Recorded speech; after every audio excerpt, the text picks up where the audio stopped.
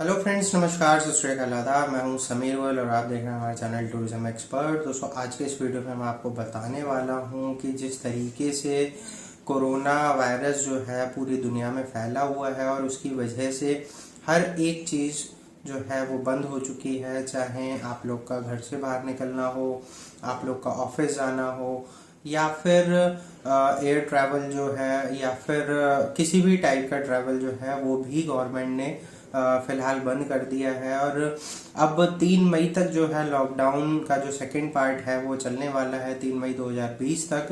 और उसके बाद उम्मीद की जा सकती है कि सरकार जो है कम से कम कुछ चीज़ों से जो है लोगों को रिलीफ देगी, कुछ चीज़ें शुरू कर देगी। और इसी में उम्मीद जताई जा रही है कि हो सकता है कि अगर सब कुछ नॉर्मल रहता है, बहुत ज़्यादा केसेस नहीं आते हैं, तो सरकार की तरफ से एयर ट्रैवल को शुरू किया जा सकता है। और उसके लिए भी कुछ सावधानियां जो हैं, कुछ प्रिकॉशंस जो हैं वो लिए जा सकते हैं। वो प्रिकॉशंस क्या हो सकते हैं, किस तरीके से लिए जा सकते हैं, वो इस वीडियो में मैं आपको डिटेल में बताने वाला हूं। तो प्लीज़ वीडियो एंड तक देखिएगा। और अगर आपको वीडियो पसंद आती है तो प्लीज़ वीडियो को लाइक कीजिए, कमेंट करके हमें बताइए वीडियो कैसी लगी। आपके कोई सजेशंस हैं, आपकी कोई क्वेरी है तो वो आप हमसे कमेंट सेक्शन के ज़रिए पूछ सकते हैं। हम जल्द से जल्द उसका आपको रिप्लाई देने की कोशिश करेंगे। इसके साथ ही साथ अगर अभी तक आपने हमारा चैनल सब्सक्राइब नहीं किया है तो प्लीज़ हमारा चैनल सब्सक्राइब कीजिए और बेल आइकन ज़रूर प्रेस कीजिए ताकि आगे ऐसी इंटरेस्टिंग वीडियोस के अपडेट्स आपको मिलती रहें। तो फ्रेंड्स, सबसे पहले मैं आपको बता दूं कि कोरोना वायरस जो है उसने पूरी दुनिया को चपेट में ले रखा है। चाइना के अलावा इंडिया है, एशियन कॉन्टिनेंट की काफ़ी सारी कंट्रीज़ हैं। इसके साथ ही साथ यूरोपियन कंट्रीज़ हैं, यूएस है, कनाडा है।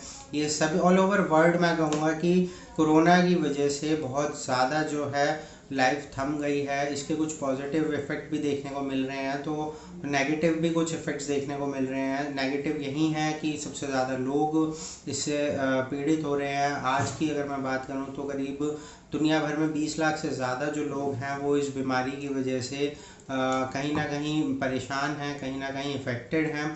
और फ़िलहाल इंडिया की अगर मैं ख़ास तौर पे बात करूं तो सरकार ने जो है हमारी वो काफ़ी पहले से ही इसके लिए प्रिकॉशन लेनी शुरू कर दी थी। और यही रीज़न है कि इंडिया में और कंट्रीज़ के मुकाबले, डेवलपिंग कंट्रीज़ के मुकाबले काफ़ी कम जो है केसेस कंपैरिजन में आ रहे हैं, लेकिन काफ़ी केसेस इंडिया में भी अभी फ़िलहाल में आ चुके हैं। और इसी को देखते हुए सरकार ने शुरुआत में ही ट्रैवलिंग के जो मोड्स हैं, ट्रांसपोर्टेशन के जो मोड्स हैं, उस पर बैन लगा दिया था। ये बैन हालांकि लॉकडाउन 14 अप्रैल तक लगाया था गवर्नमेंट की तरफ से, तभी तक था, लेकिन उसके बाद दोबारा से इसको आगे बढ़ा दिया गया है। और ऐसे में जो फ्लाइट्स हैं उसको लेकर के भी सरकार ने बैन लगाया हुआ है। अब 3 मई तक इंडिया में कोई भी डोमेस्टिक या इंटरनेशनल फ़्लाइट ऑपरेट नहीं हो रही है सिक्योरिटी रीजंस की वजह से। और एसेंशियल सर्विस के लिए जो है वो गुड्स के लिए कुछ फ़्लाइट्स जो हैं वो ऑपरेट की जा रही हैं गवर्नमेंट की तरफ से और प्राइवेट एयरलाइन ऑपरेटर्स की तरफ से। अब इसी बीच में मैं आपको ये बताना चाहूँगा कि अगर 3 मई के बाद लॉकडाउन एक्सटेंड नहीं होता है तीसरी बार, तो सरकार की तरफ से कुछ जो ट्रांसपोर्टेशन के मोड्स हैं उनको शुरू किया जा सकता है, जिसमें कि एयर ट्रैवल भी एक बहुत ज़्यादा जो है ज़रूरी चीज़ है जिसको शुरू किया जा सकता है। और ऐसे में अगर पैसेंजर्स जो है एयर ट्रैवल करते हैं तो उनके लिए भी खास जो है गाइडलाइंस जारी की जाएंगी एयरलाइंस की तरफ से भी। इस चीज़ को पूरे अच्छे तरीके से फॉलो कराया जाएगा। उसी में से कुछ गाइडलाइंस जो हो सकती हैं वो मैं आपको आज बताने जा रहा हूँ। सबसे पहली गाइडलाइन तो ये हो सकती है कि जो फ्लाइट में नॉर्मली इंडिया के अंदर जो प्लेन्स रहते हैं डोमेस्टिक जाने वाले, नॉर्मली बहुत बड़े प्लेन्स नहीं होते हैं as compare to international travel पर। तो नॉर्मली क्या होता है, सीटिंग प्लान जो होता है वो एक प्लेन के अंदर जनरली 30 रो होती हैं और 30 रो में 6 सीट होती हैं। और 6 सीट का भी जो सिटिंग प्लान होता है वो एक साइड में 3 और एक साइड में 3, यानी कि अगर 1 नंबर रो है तो उसके अंदर ABC और फिर DEF ऐसे करके जो है सीट्स रहती हैं। तो ऐसे में गवर्नमेंट की तरफ से ये चीज़ की जा सकती है, एयरलाइंस की तरफ से भी ये चीज़ की जा सकती है कि जो एक रो में, एक लाइन में जो 6 सीट हैं, उन 6 सीट्स में से ज़्यादा सोशल डिस्टेंसिंग को मेंटेन करते हुए 2 ही लोगों को एक लाइन में बिठाया जाए। यानी कि अगर 1 नंबर रो है तो उसके अंदर ABCDEF के अंदर ज़्यादा से ज़्यादा 2 पैसेंजर्स को बिठाया जाए। ऐसे ही 2 नंबर रो के अंदर भी ABCDEF सीट्स के अंदर ज़्यादा से ज़्यादा 2 लोगों को ही जो है वो बिठाया जा सकता है। तो सबसे पहली जो कॉमन गाइडलाइन होगी वो ज़रूर ये होने वाली है, और इसके तहत क्या होगा कि सोशल डिस्टेंसिंग मेंटेन होगी, और इसी के साथ साथ जो है लोगों को भी कोरोना वायरस जो है उसका खतरा कम होगा। और इसके अलावा अगर मैं दूसरी बात करूं तो बहुत सारी एयरलाइंस जो फुल सर्विस एयरलाइंस हैं इंडिया के अंदर, वो भी, और जो लो कॉस्ट एयरलाइंस हैं वो भी अपने जो पैसेंजर्स हैं उनको मील ऑफ़र करती हैं। Full service airline free meal offer करती हैं, वहीं लो कॉस्ट एयरलाइंस जो है वो पेड मील ऑफ़र करती हैं। तो ऐसे में क्या होगा कि अगर 3 मई के बाद जो है एयर ट्रैवल शुरू होता है तो उसके अंदर चाहे फुल सर्विस एयरलाइन है या फिर लो कॉस्ट एयरलाइंस है, उसमें खाने की जो ऑप्शन है वो हटाई जा सकती है टेम्परेरी तौर पर। जी हाँ, खाने का ऑप्शन हटाया जा सकता है, क्योंकि नॉर्मली इंडिया के अंदर ही अगर मैं फ़्लाइट की बात करूँ तो ज़्यादा से ज़्यादा 4 घंटे, 5 घंटे, 6 घंटे का जो है वो ट्रैवल रहता है। और ऐसे में जो है खाने का ऑप्शन हटाया जा सकता है, जिसकी वजह से एक मेजर जो कॉज हो सकता था कोरोना फैलने का वो हट जाएगा अपने आप ही, अगर गवर्नमेंट की तरफ से और एयरलाइंस की तरफ से ये चीज़ फॉलो की जाती है, ये चीज़ एग्जीक्यूट की जाती है। इसके अलावा मैं बात करूं तो एयरपोर्ट की जो नॉर्मली इंडिया के अंदर सिक्योरिटी का जिम्मा है वो CISF को दिया गया है, और उसकी तरफ से ही गवर्नमेंट को कुछ सलाह दी गई हैं, जिसमें से एक सलाह ये है कि जो सैनिटाइज़र की बोतल्स हैं वो हर एयरपोर्ट पर रखी जाएं, हर एयरपोर्ट के एंट्री और एग्ज़िट गेट पर ज़रूर रखी जाएं, और जिसका यूज़ जो है आने जाने वाले पैसेंजर्स के साथ ही जो एयरपोर्ट पर काम करने वाला स्टाफ है वो भी यूज़ उसे कर पाए।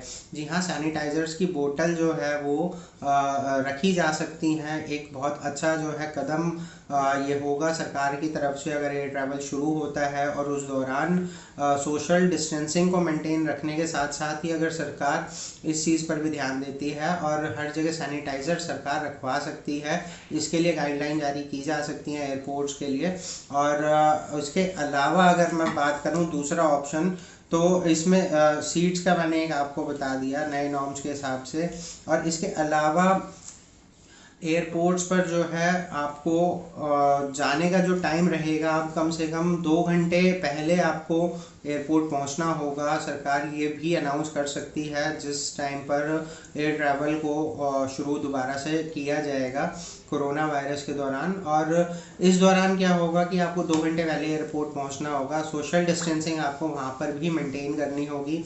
आप वेब चेक इन वगैरह कर सकते हैं, और उसके अलावा अगर आपको अपना लगेज वगैरह देना है या आप एयरपोर्ट पर ही चेक इन करते हैं तो उस दौरान भी आपको सोशल डिस्टेंसिंग का जो है वो मेंटेन करनी होगी। और मेंटेन करने के साथ ही आपको टाइम उसमें हो सकता है थोड़ा सा लगे, क्योंकि जो एयरपोर्ट का स्टाफ होगा, सिक्योरिटी चेक का हो, चाहे चेक इन के टाइम का हो या एंट्री करते टाइम का हो, या ओवरऑल जो स्टाफ रहेगा वो भी आपसे एक दूरी मेंटेन करके चलेगा। इसके साथ ही साथ आपको मास्क तो अभी फ़िलहाल में ही गवर्नमेंट ने कंपलसरी किया हुआ है कि अगर आप घर से बाहर निकलते हैं तो मास्क आपके साथ होना ज़रूरी है, मास्क आपको लगाना चाहिए, लगा होना आपका ज़रूरी है। तो वो चीज़ एयरपोर्ट पर भी जो है वो कंटिन्यू रखी जा सकती है, रखी जाएगी इनफैक्ट, क्योंकि सबसे ज़्यादा जो है लोग इससे पीड़ित ना हों, इसी के लिए सरकार की तरफ से ये कई सारे कदम आगे उठाए जाने हैं। मैं हालांकि इस वीडियो में आपको बता रहा हूँ ये कुछ सुझाव हैं, चाहे आप हमारे समझ लीजिए, चाहे कैसे ही समझ लीजिए, लेकिन आप इसको ज़रूर फॉलो कीजिएगा आगे आने वाले कुछ टाइम तक, जब तक कोरोना वायरस का जो है असर या यूँ कहें कि खतरा जो है बरकरार रहता है। और उस दौरान भी क्योंकि ट्रैवल बंद नहीं किया जा सकता है, लोगों के लिए बहुत ज़रूरी है, लोग एक जगह से दूसरी जगह जो जाते हैं उनके लिए डिस्टेंस मेंटेन करना बहुत ज़्यादा ज़रूरी है। तो ऐसे में सरकार कुछ रियायतों के साथ ये चीज़ें कर सकती है। इसके अलावा अगर मैं बात करूं तो कई फ़्लाइट ऑपरेटर्स ये मान रहे हैं कि जैसे ही उनकी एक फ़्लाइट एक पॉइंट से दूसरे पॉइंट पर पहुंचती है और लोगों को फ़्लाइट से उतारा जाता है, तो अगले जो है ट्रैवल से पहले यानी कि अगली टेक ऑफ से पहले जो लोग बैठेंगे फ़्लाइट में, उनके फ़्लाइट में आने से पहले एक बारी पूरे प्लेन को दोबारा से सैनिटाइज किया जाएगा। उसमें थोड़ा बहुत टाइम लग सकता है। अब यहाँ पर मैं आपको एक बात और बताना चाहूँगा, चूँकि सरकार की तरफ से कोरोना वायरस को देखते हुए काफ़ी सारे कदम अभी उठाए जाने हैं, काफ़ी उठा चुकी है सरकार, लेकिन अगर एयर ट्रैवल सरकार शुरू करती है तो उस दौरान जो है सोशल डिस्टेंसिंग का तो जो पालन है वो हम सभी को करना होगा और ये हमारे हित में रहेगा। और ऐसे में जो है एक चीज़ और मैं आपको जो है बताना चाहूँगा इस दौरान की फ़्लाइट में, क्योंकि नॉर्मली जो इंडिया के अंदर प्लेन्स चलते हैं वो 180 पैसेंजर्स की कैपेसिटी वाले, नॉर्मली मैं एक एवरेज लेके चल रहा हूँ, प्लेन्स होते हैं, क्योंकि 30 की जो रो होती है उसमें 30 जो रो है उसके अंदर 6 सीटें एक रो में होती हैं। तो 180 से ज़्यादा पैसेंजर्स हाल फिलहाल में, एक एवरेज में बात कर रहा हूँ, नहीं होते हैं। छोटे रूट्स पर छोटे प्लेन्स भी रहते हैं, बड़े रूट पर बड़े कुछ फ़्लाइट्स को भी लगाया जाता है, तो वो वेरी कर सकता है, बट ऑन एन एवरेज मैं यहाँ बात कर रहा हूँ कि 180 लोगों का जो है वो कैपेसिटी रहता है एक प्लेन के अंदर। तो ऐसे में अगर सरकार एक रो में 2 ही पैसेंजर्स को बिठाएगी तो ज़्यादा से ज़्यादा मैं समझता हूँ कि पैसेंजर्स जो हैं वो सोशल डिस्टेंसिंग का मेंटेन मतलब उसे रखेंगे और इसकी वजह से जो है लोगों की कैपेसिटी 180 की जगह उससे कम हो जाएगी। और क्योंकि फ़्लाइट का ऑपरेशन जो है वो तो एक प्रॉपर ही रहने वाला है, उसका खर्चा उतना ही रहने वाला है।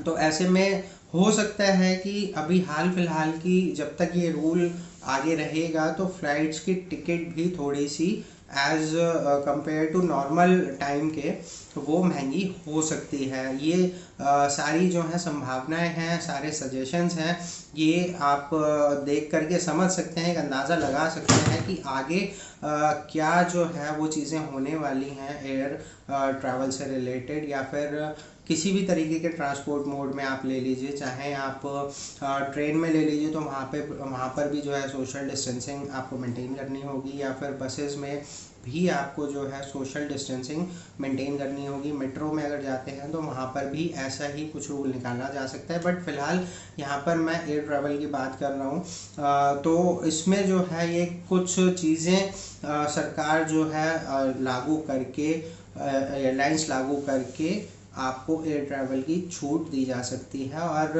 हो सकता है कि अगर 3 मई 2020 तक जो सरकार ने लॉकडाउन बढ़ाया है उसके बाद अगर सरकार लॉकडाउन हटाती है तो ये चीज़ें सरकार कर सकती है। इसके लिए आप अभी से जो है हमारी वीडियो देख करके तैयार रहें, आपको अंदाज़ा रहेगा कि आगे जो है आप किस तरीके से हाल फिलहाल के कुछ टाइम तक ट्रैवल करने वाले हैं। और अगर आपको ये वीडियो पसंद आई है तो प्लीज़ वीडियो को लाइक कर दीजिए, कमेंट करके हमें बताइए कि आपको वीडियो कैसी लगी, अगर अच्छी लगी है तो भी, नहीं लगी है तो भी, और अगर आपके कोई सजेशंस हैं तो भी आप हमें कमेंट सेक्शन के ज़रिए पूछ सकते हैं। आपके कुछ और क्वेरी है तो वो भी आप हमसे पूछ सकते हैं, हमें बता सकते हैं, हम जल्द से जल्द उसका आपको रिप्लाई देने की कोशिश करेंगे। अगर अभी तक आपने हमारे चैनल को सब्सक्राइब नहीं किया है तो प्लीज़ चैनल को भी सब्सक्राइब कर लीजिए और बेल आइकन ज़रूर प्रेस कीजिएगा ताकि आगे ऐसी इंटरेस्टिंग वीडियोज़ के अपडेट्स आपको मिलती रहें।